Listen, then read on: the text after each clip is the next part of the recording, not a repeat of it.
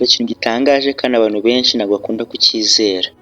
Iyo abaganga barimo barabaga ubwonko bw'umuntu nta kinya bakoresha, kandi igitangaje umuntu urimo urabagwa nta kibazo agira, nta nubwo ababara, kandi arakomeza akaganira na muganga bakabuzanya n'ibibazo bidasabye ko anasinzira.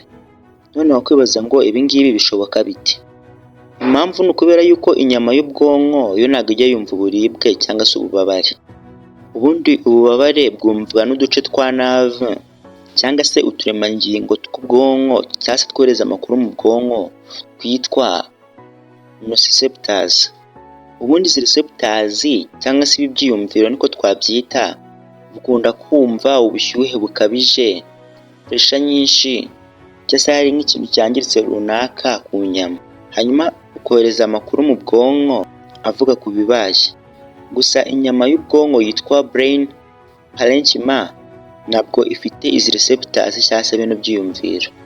Ubwo bisobanuye ko ubwonko bwawe ntabwo bwakumva ibyiyumviro cyane cyane iby'ububabare nk'uko uruhu rwawe, inyama zawe zabyumva. Gusa none hano hari ikintu ugomba kumenya.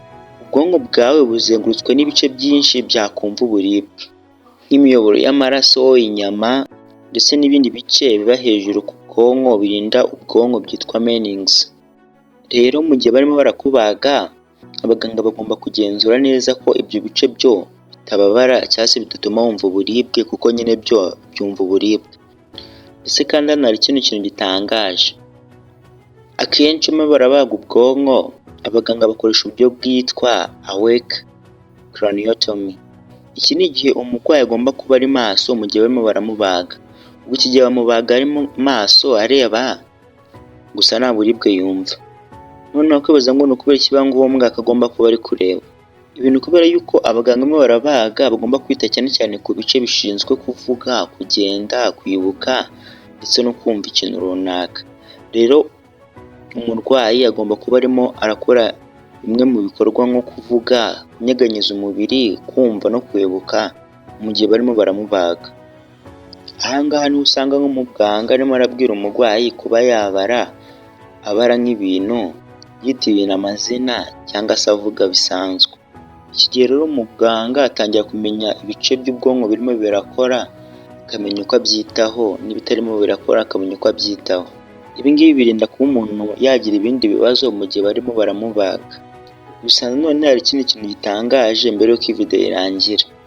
Nubwo ubwonko butumva uburibwe, gusa kuba wabukinisha ugakora nko ku gice runaka bishobora kuba byatuma hari ingaruka ziba ku kindi gice cy'umubiri.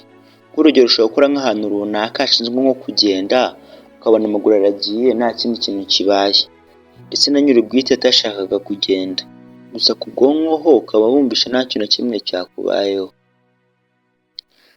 Njye nari iFabrics, wakoze kutwumva. Hari ikindi kintu ushaka kudukorera tubwire.